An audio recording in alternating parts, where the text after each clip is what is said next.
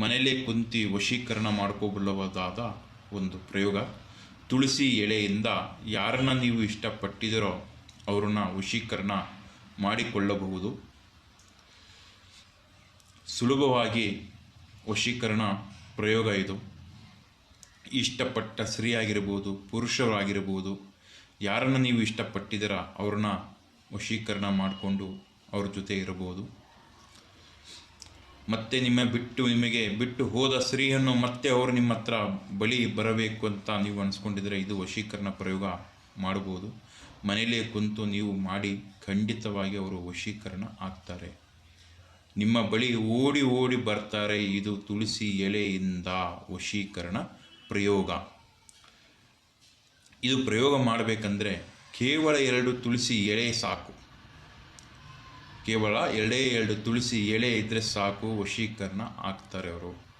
ಒಂದು ತುಳಸಿ ಎಲೆ ಮೇಲೆ ನಿಮ್ಮ ಹೆಸರು, ಅವರ ಹೆಸರು ಬರೆದು ಬಿಟ್ಟರೆ, ಮತ್ತು ನಾವು ಹೇಳುವ ಮಂತ್ರ 201 ಸಾರಿ ನೀವು ಹೇಳಿದರೆ ಖಂಡಿತವಾಗಿ ಅವರು ವಶೀಕರಣ ಆಗ್ತಾರೆ, ಸುಲಭವಾಗಿ ವಶೀಕರಣ ಆಗ್ತಾರೆ.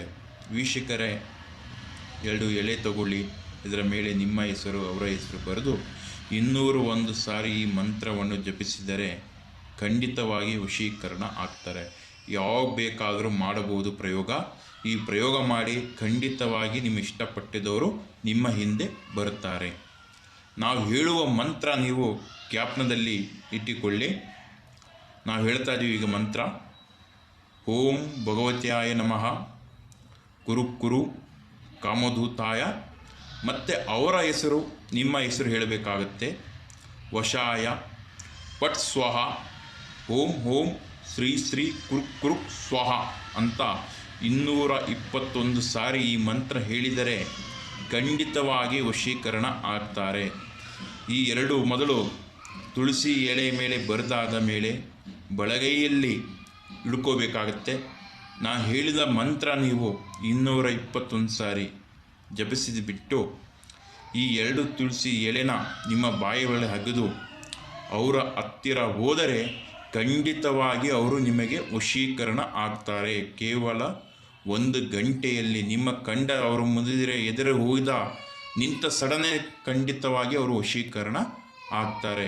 ವೀಕ್ಷಕರೇ, ಈ ಪ್ರಯೋಗ ಮಾಡಿ ಖಂಡಿತವಾಗಿ ನಿಮಗೆ ಫಲ ಸಿಗುತ್ತೆ, ಒಳ್ಳೆಯದಾಗುತ್ತೆ.